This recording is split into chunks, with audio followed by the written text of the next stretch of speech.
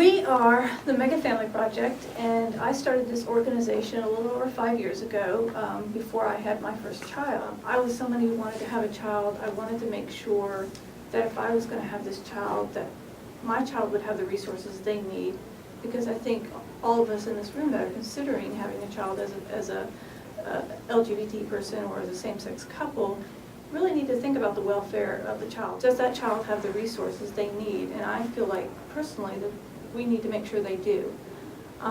So our organization started off small and got big rather quickly, probably too quickly, because I'm a social worker by training, like you.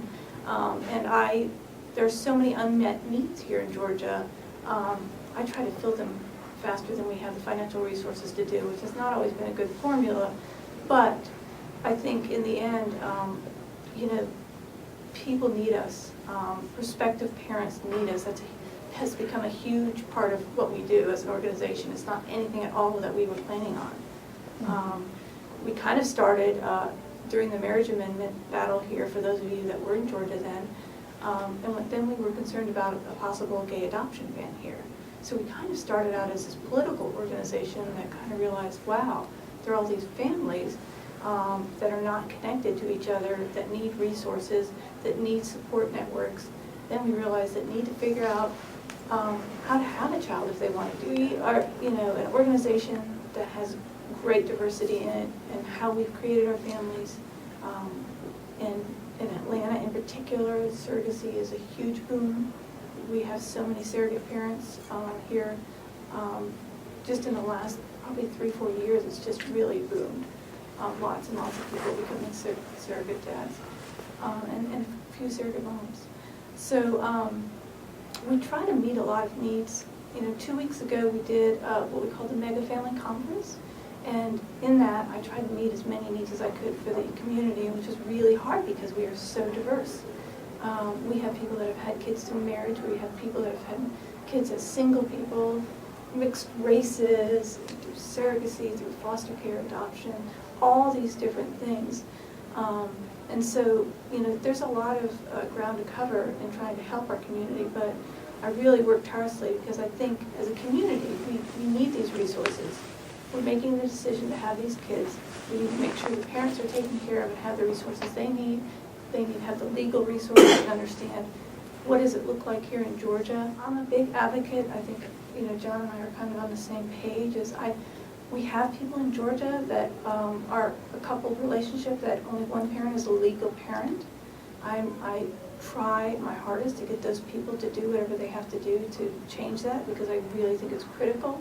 We get a lot of different scenarios that people come up with to try to get creative. You can become both of you can become a legal parent in Fulton and DeKalb counties and Clark County and a couple of other hot spots around. But sometimes it means moving, and you know, for some people that's really difficult for work or for financial resources. But you know, we really want to help people figure all this stuff out. And then once you have children, we want to make sure those kids are healthy. We want to make sure that you have the language you need to talk with them about these issues that they talked about at the Blockbuster in the grocery store. It happens a lot, and it happens way faster than you ever planned. I mean, when your kid is 2 years old, they're outing you every retail store you're at. You know, I mean, I was really not, you know, hearing the leader of an organization in Metro Atlanta, but I was really not prepared for how this was going to go down. I really thought I had a longer adjustment period, but it happens quickly. And so, you know, our organization really wants to help you all meet those needs, help you figure out, is parenting right for me, which route to go. Once I have kids, what are the resources available? We have play groups that have started up for people that have the youngest kids, and people think that's a silly thing, but it's not. It's really important for your kid to know other families like theirs that are about the same age, for parents to have the support they need that maybe they don't feel as comfortable getting from straight parents. So we do that, and we do, you know, just 2 weeks ago we did a workshop for our older children without their parents around through a national organization called Collage, for them to talk about what it's like to grow up in a same-sex family. It's like when we go to Stone Mountain next week, there will be people that will come from rural Georgia, and they will their kids will have never seen families like theirs before. And it's so critical that, yes, it's something silly, it's Stone Mountain laser show, but these kids are like, oh my gosh, my parents weren't lying. There really are other families like this, and it's so powerful for them to take that home with them. We're moving in the direction to do more work in Georgia schools because we want to make sure our kids have the protections they need in schools. Bullying is a big problem across this nation, but we want to make sure that we can do what we can to lessen the anti-gay bias that we see in our schools. And we also, politically want to make sure that not only can gay people adopt in Georgia, but that second parent adoptions can happen anywhere in the state. Because right now it's a very class-oriented thing, so it's kind of like, do you have the resources to move from, North Georgia down to Fulton County so that you can get a second parent adoption, and we don't want that.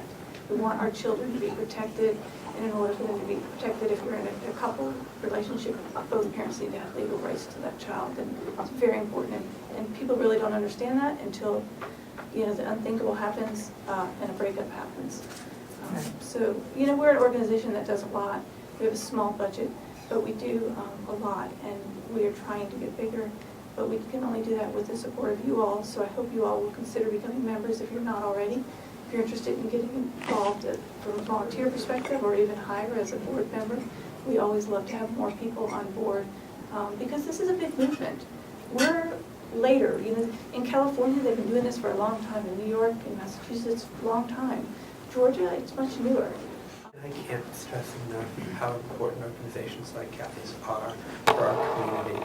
I found that I brought my children the first 5 years of Family Pride, Family Week in Provincetown, and how much that meant, I thought, to all of us as a family. We learned the stupid lesson that Elliot talked about with April Martin, who wrote the very first book on this, talked about how her children in high school learned the stupid lesson. What's the stupid lesson? The stupid lesson is that people who don't understand that, we're as good a family as they are stupid.